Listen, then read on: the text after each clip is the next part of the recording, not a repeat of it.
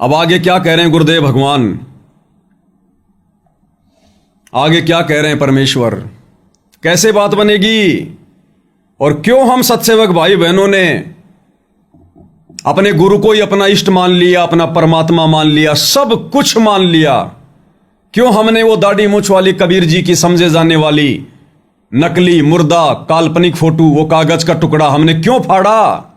क्यों हम उस कबीर जी की नकली फोटो को, बनावटी फोटो को अपने घर पे नहीं रखते, लॉकेट में नहीं पहनते, ना जून के महीने में उस फोटो का कबीर प्रकट दिवस मनाते? क्योंकि हम अपने गुरु जी के वचन पर चलते हैं। वचन पर हमने वो ग्रेस मार्क प्राप्त करना है, ग्रेस मार्क। और उसके लिए गुरुदेव ने सत्संगों में कह रखा कि पुण्यात्माओं, एक समय ऐसा आएगा तुम्हें इस दास के अलावा और कुछ भी दिखाई नहीं देगा, कुछ भी। यानी वो दाढ़ी मूछ वाला भी हमें दिखाई नहीं देगा, हमें उसमें भी परमात्मा नजर नहीं आएगा। और ये गरीबदास जी का बोध दिवस मनाना, परशुराम की जयंतियों में धक्के खाना, नकली कबीर पंथियों की जयंतियों में जाके कबीर जी का जन्मदिन मनाना, ये तो बहुत दूर की बात है। गुरुदेव कह रहे हैं एक समय ऐसा आ जाएगा तुम्हें तुम्हारा गुरु इस कदर तैयार कर देगा भक्ति मार्ग पर, जब तुम उसके अनुकूल हो जाओगे, तुम्हें इस दास के अलावा, यानी गुरुदेव अपने लिए कह रहे हैं कि तुम्हें इस दास के अलावा संसार में दूसरा कोई दिखाई नहीं देगा। पहले सुनिए गुरुदेव भगवान के मुख कमल से क्या कह रहे हैं परमात्मा। मतलब एक दूसरे से आगे पहुंचने की होड़ लगे, और नहीं तो दूर से नोएडी ठाठा के देखा है, वह खड़े भगवान, वह खड़े भगवान। और यही उमंग आपकी इस दास को जब देखें, ये आप पर बन जाएगी। यू ज्ञान ऐसा है कि आपको फिर कुछ भी दिखाई नहीं देगा, यू दास दिखाई देगा। और तब आपका प्रेम परमात्मा में दृढ़ बन जाएगा। आपकी यहाँ जो भी है, ठीक है, संतान संपत्ति जो भी है वो आपको अस्थायी नजर आएगी। और हम यहाँ अपना करना, मतलब एक दूसरे से आगे पहुंचने की होड़ लगे। आ गया होगा समझ में भाई और बहनों। गुरुदेव भगवान कह रहे हैं मान लो इस दास की जगह पर इस आश्रम में कबीर भगवान आ जाए तो तुम क्या करोगे? एडी उठा उठा के देखोगे, एडी उठा उठा के, रो कहां खड़े कबीर भगवान, कहां खड़े कबीर भगवान। और गुरुदेव कह रहे हैं तुम्हारी बात उस समय बनेगी जब वैसी श्रद्धा, जब ये दास आवे उस समय तुम्हारी बने। यानी इस दास को भगवान मानो, अपने गुरुदेव को, अपने परमात्मा को। और कहते हैं एक समय ऐसा आएगा इस दास के अलावा तुम्हें संसार में कुछ भी दिखाई नहीं देगा। बात तो बनेगी तब। क्या कह रहे हैं गुरुदेव भगवान? और मालिक क्या कह रहे हैं? उसके बाद तुम्हारा वो प्रेम अटूट हो जाएगा। यानी जब तक हम अपने गुरु को परमात्मा नहीं मानेंगे, हमारे अंदर गुरु के प्रति वो प्रेम नहीं उमड़ सकता। दुख में, परेशानियों में, समस्याओं में चाहे लाख रो, वो रोना नहीं है। दुख में तो दुनिया पत्थरों के आगे भी रोती है, आसाराम के भगत भी रोते हैं, राम रहीम के भगत भी रोते हैं। भगवान रोने धोने से नहीं मिलता। गुरुदेव कह रहे हैं जब तुम्हें इस दास के अलावा संसार में कुछ भी दिखाई ना दे, और उसी समय तुम्हारा अपने गुरु में प्रेम प्रकट होगा। आज हम सत्सेवकों की आंखों में क्यों आंसू निकलते हैं? अपने गुरुदेव के प्यार में। हम सत्सेवक दुख में नहीं रोते, हम समस्याओं में नहीं रोते, हम संघर्ष में नहीं रोते। कोई गाली दे रहा है, कोई बात नहीं, घर वाले पीट रहे हैं, कोई बात नहीं, घर से निकाल दिया, कोई बात नहीं, हम उन दुखों को नहीं रोते। हम रोते हैं अपनी आत्मा के कल्याण के लिए, अपने गुरुदेव भगवान के प्रेम में रोते हैं हम। जैसे सूरज के आगे बदरा ऐसे करम छैयारे, और प्रेम की पवन करे चितमंजन झिलके तेज नयारे। क्योंकि परमेश्वर ने हमारे पाप कर्मों के बादल हटा दिए, साथ संगति से जोड़कर हमसे वो भक्ति क्रियाएं करवा कर, प्रसन्न होकर। तो क्या करें गुरुदेव? इस दास के अलावा तुम्हें संसार में कोई दूसरा दिखाई नहीं देगा। मतलब एक दूसरे से आगे पहुंचने की होड़ लगे, और नहीं तो दूर से नोएडी ठाठा के देखा है, वह खड़े भगवान, वह खड़े भगवान। और यही उमंग आपकी इस दास को जब देखें, ये आप पर बन जाएगी। यू ज्ञान ऐसा है कि आपको फिर कुछ भी दिखाई नहीं देगा, यू दास दिखाई देगा। और तब आपका प्रेम परमात्मा में दृढ़ बन जाएगा। आपकी यहाँ जो भी है, ठीक है, संतान संपत्ति जो भी है वो आपको अस्थायी नजर आएगी। और हम यहाँ अपना करना मतलब एक दूसरे से आगे पहुंचने।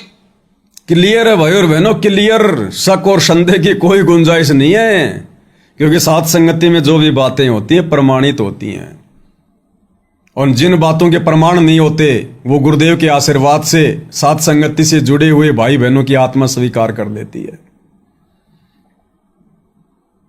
तो गुरुदेव कह रहे हैं तुम्हें इस संसार में इस दास के अलावा कुछ भी दिखाई नहीं देगा, बस यो दास दिखाई देगा। तो बता दो, इस लाखों की करोड़ों की देश विदेश की संगत में सतगुरु रामपाल जी के अलावा हम सत्सेवकों को और कोई दिखाई दे रहा है क्या? केवल सत्सेवक भाई बहन है जिनको अपने गुरु के अलावा और कुछ दिखाई नहीं देता। अरे इन आश्रमों में तो इनको राजनेता दिखाई दे रहे हैं, 2 कोटी के राजनेता जो अगले जन्म में जो गधे बनने की तैयारी कर रहे हैं, ये उनकी रैलियों में धक्के खा रहे हैं। अरे वो खुद तो गधे बनने की तरफ जा रहे हैं, तुम उनके पीछे जा रहे हो। परशुराम की जयंती में जा रहे हैं, धार्मिक प्रोग्राम में जा रहे हैं, आन उपासना में सहयोग कर रहे हैं। खुद के आश्रमों में कबीर प्रकट दिवस को छोड़कर तीसरे दिन भोग लगना था, उसको छोड़कर सिरसा चले गए कबीर जी का जन्मदिन मनाने, क्योंकि वहां पर हरियाणा का मुख्यमंत्री आ रहा था। भीड़ जुटाने के लिए गुरु जी का लड़का ले गया। अभी तो इनको राजनेता दिखाई दे रहे हैं, नकली भगवान दिखाई दे रहे हैं, परशुराम दिखाई दे रहा है। अयोध्या में चले गए श्री रामचंद्र जी के भक्तों के लिए भंडारा लगाने, अभी तो इनको काल उपासक दिखाई दे रहे हैं। अभी तो ये भाईचारे में फंसे पड़े हैं। हरियाणा में भाईचारा निभाने के लिए गुरु जी के परिवार ने जाटों की धर्मशाला में 1 करोड़ रुपया लगा दिया। भक्तों ने वहां जाके बाथरूम भी करना नहीं, हमारे किसी काम की नहीं, 1 करोड़ रुपया लगा दिया। अभी तो ये भाईचारा निभा रहे हैं, अभी तो इनको समाज दिखाई दे रहा है। और जो इनके महीने में वो दाढ़ी मूंछ वाला कबीर दिखाई दे रहा है, उसको भगवान मान के पूज रहे हैं। सतगुरु रामपाल जी का तो नंबर भी नहीं है, नंबर भी। इनको तो गुंडे दिखाई दे रहे हैं, गैंगस्टर, उनकी सीबीआई जांच में जा रहे हैं, 5-5 लाख रुपए दे रहे हैं। अपने गुरु के तो सीबीआई जांच ये करवा नहीं पाए, और गुंडों की, गैंगस्टरों की सीबीआई जांच के लिए 5-5 लाख रुपए दे रहे हैं। अभी तो इनको समाज दिखाई दे रहा है, झूठा भाईचारा दिखाई दे रहा है। सतगुरु रामपाल जी भगवान तो केवल सत्सेवकों को दिखाई दे रहे हैं, सत्सेवकों को। और भाई और बहनों, ये सब क्यों? हम भी उसी गुरु के भगत हैं। गुरु ने हमें कोई अलग से कोई कोचिंग नहीं दी, कोई ट्यूशन नहीं पढ़ाया, और हम तो फिर भी नए नए भगत हैं। ज्यादातर सत्सेवक तो 2014 गुरुदेव के जेल जाने के बाद में जुड़े हैं, संकल्प लेकर जुड़े हुए हैं। और बाकी जो नाम दीक्षित हैं उनमें ज्यादातर 2012, 13, 14 सब लास्ट के भगत हैं। और आज सब इतने समर्पित क्यों अपने गुरु जी के प्रति? अपने गुरु को ही परमेश्वर क्यों मान लिया? इतनी हिम्मत कैसे आ गई, कहां से आ गई कि उस दाढ़ी मूंछ वाली कबीर की नकली फोटो को फाड़ फाड़ के सोशल मीडिया पर डाला? ना जेल जाने की चिंता करी, ना मुकदमों की चिंता करी, ना किसी का भय, ना कोई डर। ये इतनी हिम्मत क्यों? उस गुरुदेव के विशेष आशीर्वाद के कारण है, गुरुदेव की उस मेहर की लहर के कारण है। गुरुदेव ने हमें अंदर से हिम्मत दी, सहारा दिया, और हमारे को अंत में गुरुदेव ने प्रोटेक्शन भी दी। उस फोटो को फाड़ने के कारण हरियाणा की एक बहन, उसने कितना तांडव मचाया, भिवाड़ी में रैलियां निकाली, धानक समाज के लोग इकट्ठे हो गए, पवन दास को फांसी दो, रोड पर रैलियां निकाल रहे हैं। आ गया, बीच में थोड़ा नेटवर्क चला गया था भाई और बहनों, इसलिए दास थोड़ा सा पीछे से रिपीट करेगा। ये इतनी हिम्मत क्यों? ये इतना विश्वास क्यों? ये गुरुदेव भगवान की उस मेहर के कारण है, उस विशेष आशीर्वाद के कारण है, लहर की मेहर के कारण है, जो गुरुदेव ने हम सत्सेवकों की भक्ति क्रियाओं को देखकर आप और हमारे ऊपर बख्शी। सभी सत्सेवक भाई बहनों ने उस दाढ़ी मूंछ वाली कबीर की नकली फोटो को फाड़ फाड़ के सोशल मीडिया पर वीडियो डाले, निर्भय होकर, ना मुकदमे लगने का डर, ना जेल जाने का डर। किसने हिम्मत दी? गुरुदेव भगवान ने दी। और परमेश्वर ने फिर हमारे को सिक्योरिटी भी दी। उस हरियाणा वाली बहन ने हरियाणा में कितनी जगह जाकर मेरे खिलाफ ज्ञापन दिया। भिवानी में तो धानक समाज के सैकड़ों लोग इकट्ठे होकर डीसी ऑफिस जाकर ज्ञापन दे रहे हैं, रोड पर रैलियां निकाल रहे हैं, बड़े बड़े मेरे नाम के पोस्टर और बैनर छपवाकर कि पवन दास को फांसी दो। अब भिवानी के लोग भी सोच रहे हैं पवन दास कौन आ गया भाई, ये किसको फांसी दे रहे हैं। हिसार में जाकर उसने ज्ञापन दिया डीसी को, राजस्थान के चूरू में और जयपुर में आकर ज्ञापन दिया। और तो और शतलोक आश्रम वाले भी उस बहन के साथ हो गए। वही एलडी लक्ष्मण दास जोधपुर वाला, जब वो हरियाणा की बहन जयपुर में आई ज्ञापन देने के लिए मेरे खिलाफ एफआईआर के लिए, वो एलडी दास राजस्थान के सोजत पाली जिले में रहने वाला, सोजत आश्रम में जोधपुर वाला, वो गाड़ी भर के लेके आ गए अपने साथियों की उस बहन का साथ देने के लिए। उनका वीडियो आया था। इस दास के पास एक फोन भी नहीं आया, किसी का एक फोन भी, क्योंकि सिर पर साई सत्य है तो को क्या भय रे। अगर मैं अपनी तरफ से करता, मान बढ़ाई में आके करता, दिखावे के लिए करता, सैकड़ों मुकदमे हो जाते, पूरी जिंदगी जेल में सड़ता। लेकिन मेरा गुरु करवा रहा था, मेरा भगवान करवा रहा था। दास तो केवल यंत्र था, सत्सेवक भाई बहन तो केवल मशीन है, यंत्र। वो फोटो हम नहीं फाड़ रहे थे, हमारा क्या फायदा उस कागज के टुकड़े को फाड़ने का। वो गुरुदेव भगवान फड़वा रहे थे। आप पे आरती, आप पे साजे, आप पे किंगर, आप पे बाजे। अपनी विशेष आत्माओं को प्रेरणा करके परमात्मा इस प्रकार की क्रिया करवाते हैं और उनकी क्रिया देखकर, उनके दृढ़ विश्वास को देखकर खुद ही प्रसन्न होते हैं। तो नजर निहाल होने के लिए जीव उनको नजर निहाल कर नहीं सकता। जीव की औकात नहीं है कि रूठे हुए सतगुरु को राजी कर दे। वो तरीका भी सतगुरु ही अपनवाता है, वो विधि भी सतगुरु ही बताता है खुश होने की। आप पे आरती, आप पे साजे, आप पे किंगर, आप पे बाजे, आप नचन, आप देखन हारा। सारा खेल वही खेलता अपनी विशेष आत्माओं के लिए। अब भगत तो हम सब हैं उनके, लेकिन विशेष रजा हम पर क्यों बख्शी, सत्सेवकों पर? पिछले जन्म से होते हैं पूर्ण हंस मुराद। ये युगों युगों की भक्ति का प्रताप है, युगों युगों की भक्ति का प्रताप। ये रजा सब पे नहीं हुआ करती, केवल उन्हीं विशेष आत्माओं पे होती है जिनको गुरुदेव ने इसी जन्म में शतलोक लेकर जाना होता है। और सारी हिम्मत गुरुदेव ने दी, सारी हिम्मत गुरुदेव ने दी। और फिर हमें क्यों मिली वो इतनी हिम्मत? उनके सत्संगों से, उनके प्रवचनों से, उन संकेतों से, जिन संकेतों को हम सत्सेवक भाई बहन समझ गए। कौन से संकेत? जो संकेत गुरुदेव ने सत्संग में किए कि पुण्यात्माओं, इस दास के जाने के बाद में मोक्ष नहीं है। इस दास के जाने के बाद में शतलोक का दरवाजा बंद, शतलोक का रास्ता बंद। अगर कोशिश करनी है तो गुरुदेव के रहते सहते कर लीजिए। अगर नजर निहाल करना है तो गुरुदेव के रहते सहते। अरे गुरुदेव के सतलोक जाने के बाद उनको कैसे नजर निहाल करेंगे भाई? गुरुदेव क्या कह रहे हैं सतलोक जाने के लिए कि इन बातां के पाइए कर सतगुरु नजर निहाल, राजी कर सतगुरु रूठे नु। अपने सतगुरु को नजर निहाल कर। अरे नजर निहाल कब करेंगे? जब गुरु धरती पर होगा। और जब गुरु धरती से चला जाएगा तो नजर निहाल किसको करेंगे मेरे भाई? किसको दिखाएंगे? तो गुरुदेव ने कहा कि इस दास के रहते सहते पार हो गए तो हो गए, बाद में शौपन मत लेना मोक्ष के। और एक नहीं, दो नहीं, सैकड़ों सत्संग गुरुदेव भगवान के। क्योंकि ये परमात्मा खुल के नहीं कहेगा, नहीं तो आत्माओं का दिल कमजोर हो जाएगा। इसलिए परमेश्वर संकेतों में छोड़ जाते हैं और समझदार आत्माएं उनको पकड़ लेती हैं और दृढ़ हो जाती है भक्ति पर, फिर जी जान लगा देती हैं एडी से चोटी तक का जोर।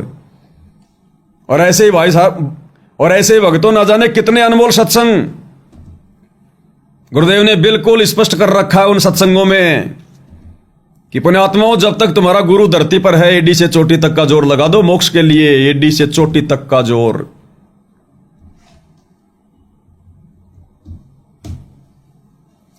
ये सत्संग आप सभी भाई बहनों ने सुना होगा, गुरुदेव का बहुत पुराना सत्संग है ये, 1997 के आसपास का। और कितनी गजब बात कह रहे हैं गुरुदेव भगवान। बस समझने के लिए उनका आशीर्वाद चाहिए, उनकी मेहर चाहिए। एक एक शब्द क्लियर है गुरुदेव का। गुरुदेव कह रहे हैं जब संत आता है जब तो कोई पूजता को न्या, जब संत आता है तब तो कोई पूजता को न्या। अरे भाई पूजा तो सभी कर रहे हैं। गुरुदेव ने जो भक्ति बताई, सभी अपने घर पर ज्योत भी जला रहे हैं, दंडोत भी कर रहे हैं, मंत्र भी जाप कर रहे हैं। ये पूजा ही तो होती है। नहीं, ये मोक्ष वाली पूजा नहीं है, ये तो सतलोक में नौकरी प्राप्त करने वाली है। पूजा का मतलब क्या होता है? गुरु को इष्ट मान के पूजना, इष्ट मान के, जिंदा को पूजना, ना कि मुर्दा को। कि जब संत आता जब तो कोई पूजता को न्या। तो आज संत आए हुए हैं, सतगुरु आए हुए हैं। दुनिया तो छोड़ो, मुट्ठी भर लोगों को जो उन्होंने अपने शरण में लिया है वो भी उनको नहीं पूज रहे। और जिंदा संत के रहते सत्य पूजा किसकी हो रही है? एक दाढ़ी मूछ वाली नकली फोटो की। उसको भगवान मान के उसका प्रकट दिवस मनाया जा रहा है। अरे फोटो प्रकट हुई थी क्या? अरे फोटो प्रकट हुई थी क्या वो दाढ़ी मूछ वाली? उस फोटो को, उस नकली चीज को तो भगवान मान के, परमेश्वर मानकर, कबीर मानकर इन आश्रमों में, सतलोक आश्रमों में उसका तो जून में कबीर प्रकट दिवस मनाया जा रहा है। यह है पूजा। और जिंदा कबीर जो सतगुरु रूप में आया हुआ है कि साहिब से सतगुरु भय, सतगुरु से भय संत, और धर धर वेख विशाल अंग, वो खेल आदि और अंत। उसका 8 सितंबर को जन्मदिन मनाया जा रहा है अवतरण दिवस के नाम पर। इसलिए गुरुजी कहते हैं जब संत आता तब तो कोई पूछता को नहीं, और मेरे मरे बाद मेरी मंडी बनावेंगे। अरे मेला भरा करेगा, दुनिया भर के लोग आएंगे बिना बुलाए। और गुरुदेव कह रहे हैं उसके बाद क्या मिलेगा? कुछ भी को नहीं, वो तो सुखी महिमा है, बांस बांस है, इसके अलावा कुछ नहीं है। और लास्ट में गुरुदेव कह रहे हैं अब मौका है, अब। और जो आत्माएं अब संभल गई, अब समझ गई, जिंदा संत को पूज लिया, परमेश्वर मान लिया, तो सतलोक में बैठा है। समझो सतलोक में क्या कह रहे हैं गुरुदेव भगवान। अजब गजब प्रमाण है भाई और बहनों। ये नॉर्मल सत्संग नहीं है, ये परम संत के मुख कमल से उच्चारित शब्द हैं। और परम संत कोई नींद में नहीं बोलता, भांग के नशे में नहीं बोलता। उसके प्रत्येक शब्द का गहरा अर्थ होता है। साधु वचन पलटे नहीं, चाहे पलट जाए ब्रह्मांड। और साधु बोले सहज स्वभाव, साधु का बोलिया मिथ्या न जाए। क्या कह रहे हैं गुरुदेव भगवान? अब संत आते हैं जब तक को पूछता कोई ना। और मेरी उम्र में चमन नहीं बनाओगे उड़ा, देखिए कितना बेड़ा भरा है, बिना बुलाया करेंगे उड़ा, फिर कुछ को ना होता। सिर्फ हुआ बास बास से कह दिन रहेगी, वो भी सिर्फ वहीं पर घर पर, कोई लाभ नहीं से। अब ये बीमारी नहीं हटती हमारे हृदय से, ये हटाए बिना बेड़ा पार नहीं हो सकते। राम का नाम ले, क्या भगवान घर में कोई नहीं हो सकता? अगर मंदिर में भगवान आ सका है, वो सुनता घर में रखो, क्या वहां को नहीं आवा? वो मंदिर में क्या सुनता होती है? बीड़ी शराब पीने वाला अंदर नहीं जाना चाहिए। एक मकान, एक कमरे में अपना मंदिर बनाओ, भगवान की मूर्ति रखो, जोत लगाओ, उसमें अशुद्ध आदमी प्रवेश ना हो। तो बात वहां भी आका मंदिर में जाओगे इतना जरा टांग टूटते, तो भगवान ने घर क्यों ना रखो? अगर वो मंदिर में है तो वहां भी आपके होगा, लेकिन होगा नाम के आधार पर। नाम होगा तो होगा ना, कति नहीं होगा। चाहे घर में सोच लाई, चाहे बाहर लाए। भाई और बहनों, कितना अजब गजब सत्संग है गुरुदेव का। इसमें केवल एक ही पॉइंट नहीं है, इसके अंदर 5 पॉइंट है, 5 पॉइंट। अब दोबारा से आपको सुनाएंगे, विस्तार से समझाएंगे। एक तो यह क्लियर हो गया कि गुरुदेव के सतलोक जाने के बाद, यानी गुरुदेव ने कह दिया कि जब संत आता है तब तो कोई पूछता कोई ना, और मेरे मरे बाद, यानी मेरे जाने के बाद यहां पर मंडी बनावेंगे, मेला भरा करेगा, बिना बुलाए आएंगे लोग। फिर अड़े कुछ नहीं है, बांस बांस है, बांस बांस। अब दोबारा सुनिए सत्संग को शुरू से, और कितने पॉइंट इस सत्संग में होंगे इसमें क्लियर।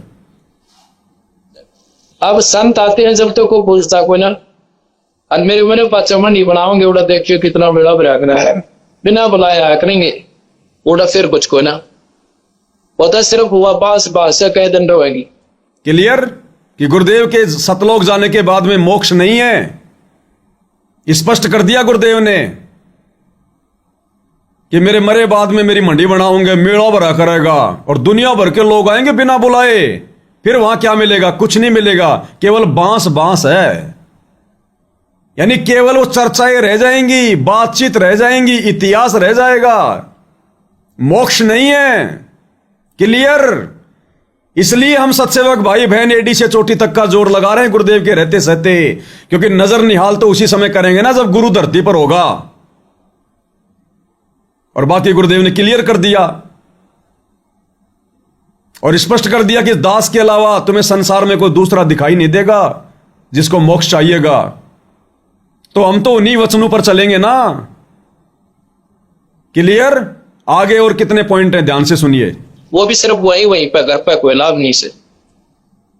गुरुदेव कह रहे हैं जब मैं सतलोक चला जाऊंगा और जो यादगारें रहेंगी कुछ एक, क्योंकि परमात्मा यादगारें भी छोड़कर जाएगा, क्योंकि मोक्ष तो मिलेगा नहीं, तो हजारों साल फिर भक्ति कैसे चलेगी?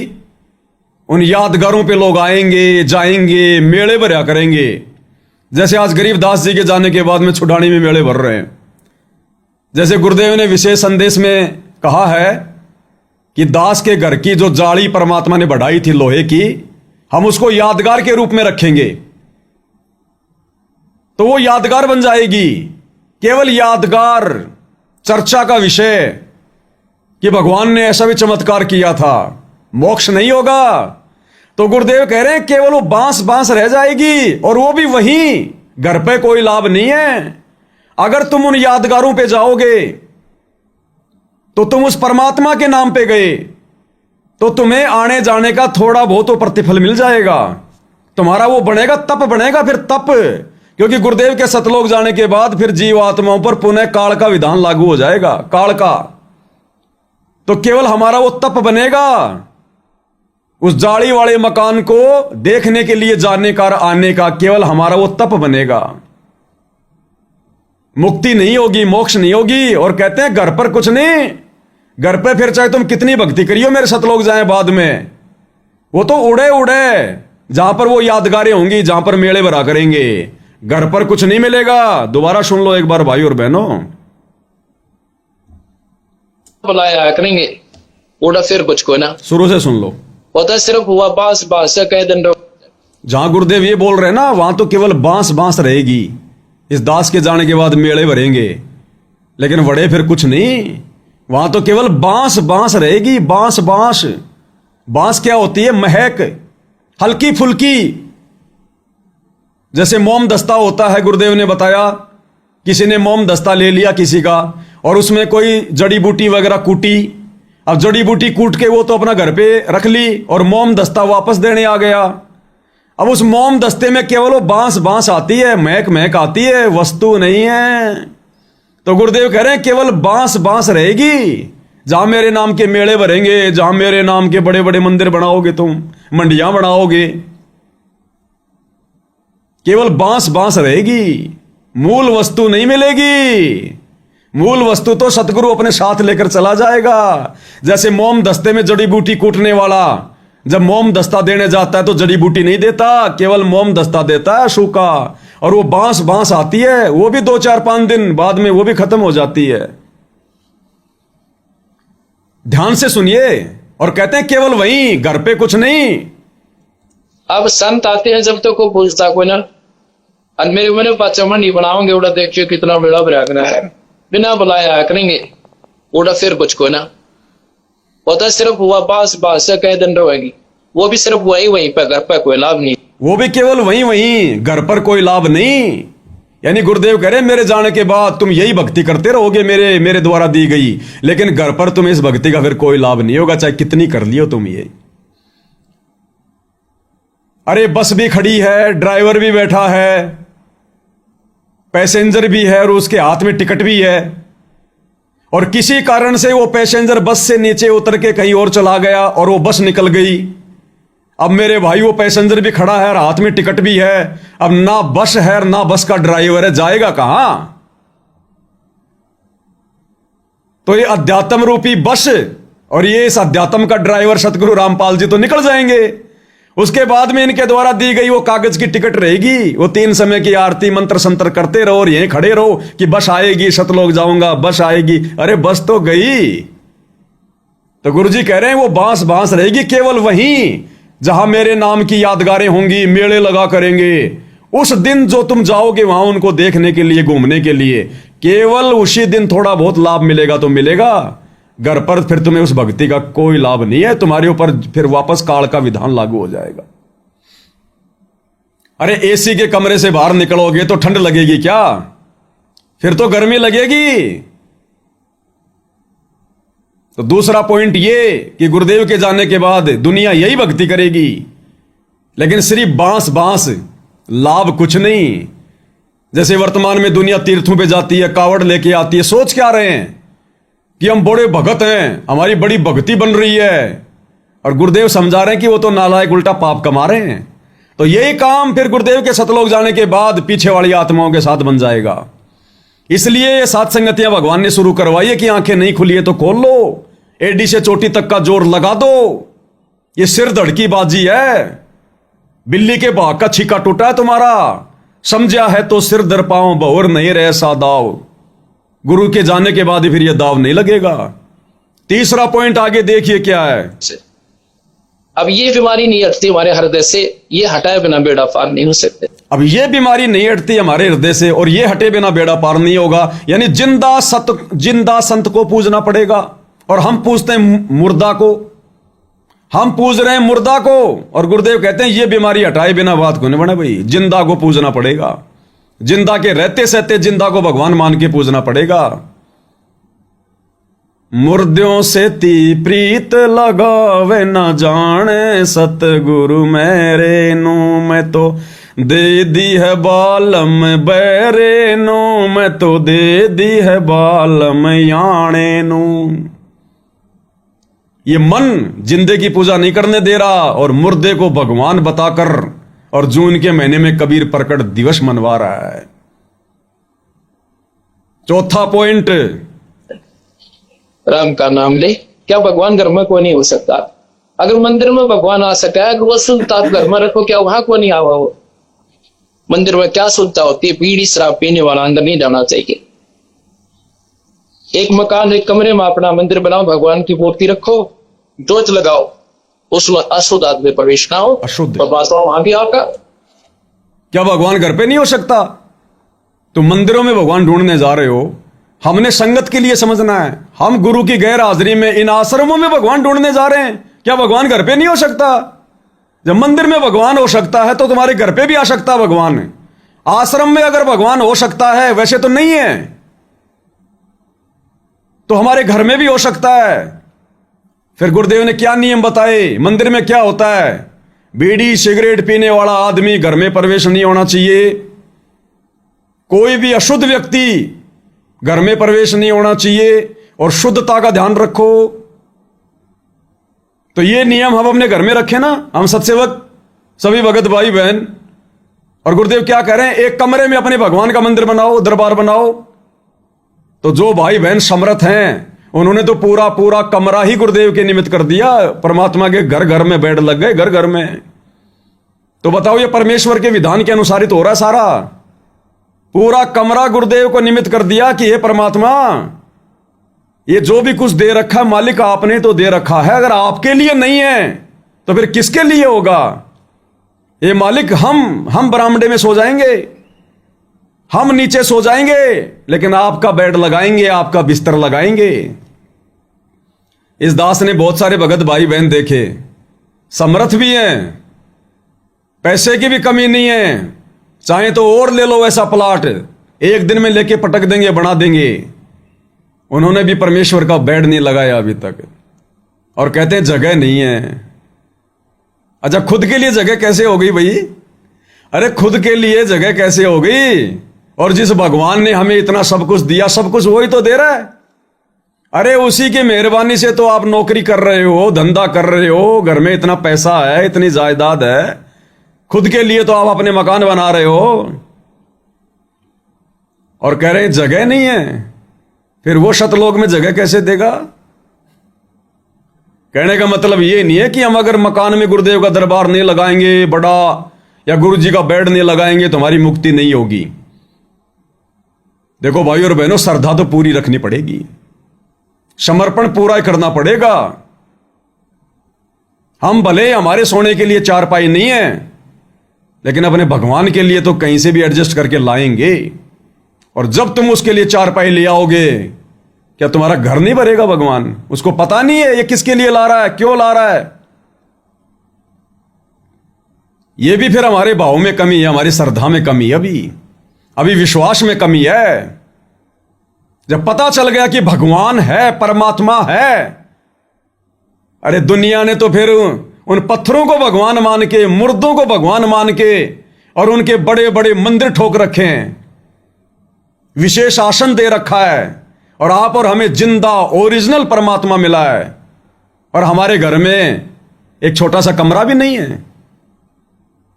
अरे आदमी मकान बनाता तो लैट्रिन करने के लिए बाथरूम बनाता है, मतलब खुद के लैट्रिन के लिए बाथरूम बन जाएगा, लेकिन भगवान के लिए छोटा सा कमरा नहीं बनेगा। तो ये भी हमारी श्रद्धा में कमी रहेगी, फिर श्रद्धा में। तो गुरुदेव कह रहे हैं कि अगर भगवान मंदिर में है तो घर पे भी है, लेकिन कुछ नियम है, शुद्धता रखो, स्वच्छता रखो। अब शुद्धता क्या है भाई और बहनों? गुरुदेव खुल के नहीं बताएंगे। शुद्धता का मतलब है विषय वासनाओं से दूर रहो, विषय वासनाओं से दूर रहो, नशे पते से दूर रहो। क्या भगवान तुम्हारे घर पे नहीं आएगा क्या? इसलिए दास बार बार भाई बहनों को कहता है कि वैसे तो चाहे कोई भी बेड लगा लो, कोई दिक्कत नहीं है, परमात्मा मना नहीं करेगा। लेकिन भाई और बहनों, विशेष तौर पर तो फिर आशीर्वाद उन्हीं आत्माओं को मिलेगा जिन्होंने घर पर बेड भी लगा रखा है और जो विषय वासनाओं से दूर है। उसी घर में परमात्मा अपना पूर्ण आशीर्वाद बख्शेगा। बाकी तो साथ सबके भगवान तो फिर तो कुत्ते के साथ भी है, गधे के साथ भी है भगवान, ऐसी बात थोड़ी है। आम जगत वालों के साथ भी यही भगवान है, वो नहीं समझ रहे, वो बात अलग है। सबके साथ में ये परमात्मा तो जैसे उनके कर्म है, संस्कार है, भगवान सबको दे रहा है, वही सबको चला रहा है। लेकिन उनकी विशेष अगर मेहर प्राप्त करनी है, रजा प्राप्त करनी है, तो फिर हमने इन कुकर्मों से भी हटना पड़ेगा। कितनी बार दास बताता है मालिक की वाणियां। गुरुदेव कहते हैं भग भोग्या भग उपजय, भग यानी स्त्री इंद्री विषय वासना, भग भोग्या भग उपजय, और भग से बचा न कोई, और जो कोई भग से बचे भगत कावे सोई। अरे उस समय तो हम सतगुरु रामपाल जी के असल में भगत कहलाएंगे जब इस भग क्रिया से दूर हटेंगे। तो बताओ, भग क्रिया से दूर है नहीं, विषय वासनाओं से दूर है नहीं, और घर में बेड लगा रहे हैं, तो परमेश्वर उतना आशीर्वाद कैसे बख्शेगा? जो विषय वासनाओं से दूर होकर एक भगत और घर में गुरुदेव का आसन लगाकर भोग लगा रहा है, आरती कर रहा है, भक्ति कर रहा है, अब विशेष आशीर्वाद तो उसी को मिलेगा ना भाई और बहनों। तो गुरुदेव कह रहे हैं तुम मंदिर में जाओगे इतने तो घर पे पूज लोगे भगवान ने। तो वर्तमान में उस नादान संगत के लिए भी एक संदेश है, जो गुरुदेव की गैर हाजिरी में इन सतलोक आश्रमों में जाकर परमात्मा प्राप्ति मान रही है। अरे असल में अगर फिर कहीं भगवान है तो या तो हिसार जेल में, या फिर यदि फिर आप एक सच्चे भगत हो, गुरु भगत हो सच्चे, तो फिर आपके घर में है, आपके घट में है भगवान। मंदिर, मस्जिद, चर्च, गुरुद्वारे, आश्रमों में भगवान नहीं है। इन आश्रमों में भगवान नहीं है। फिर एक सत्संग में क्या कह रहे हैं गुरुदेव भगवान, कितना क्लियर कर रहे हैं। हम भक्तों ने इस बहम में नहीं रहना चाहिए। फिर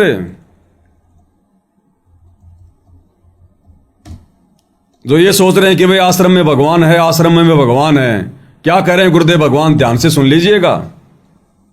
भगवान कबीर साहब संत के साथ है, संत के साथ आश्रमा में मंदिरा में बंद को नहीं रहा, पशु को ना किसी व्यक्ति विशेष ने बांध कर राख रखा मंदिर में या आश्रम में, वो संतों के साथ है। और ये भगवान ही ये काम कर सकता था, दुनिया के आपको सामने बताना लग रहा। भाई और बहनों, हजारों शॉर्ट वीडियो हैं और गुरुदेव ने चुन चुन के सेलेक्ट करवाए हैं। मालिक को पता है कि मेरा कुत्ता जो बोलेगा उसके लिए इसको प्रमाण चाहिएंगे। सारी बातों के प्रमाण दे रखे हैं गुरुदेव ने साथ संगतियों के लिए। गुरुदेव स्पष्ट कह रहे हैं कि भगवान संतों के साथ रहता है, यानी अपने भक्तों के साथ। अगर कोई भगत हो तो खाली नाम ले लिया, गले में लॉकेट पहन लिया, हाथ में रक्षा सूत्र बांध लिया और सच्चाई भगत जी और काम सारे उल्टे करे गुरु जी की मर्यादाओं के विरुद्ध, राजनीति में धक्के खावे, परशुराम की जयंती में जावे, कबीर जी की जयंती मनावे, दुनिया भर के आडंबर करे, गुंडों की सीबीआई जांच करावे, देखा देखी में चले। वो संत नहीं है, वो भगत नहीं है, उनके साथ नहीं रहता। पर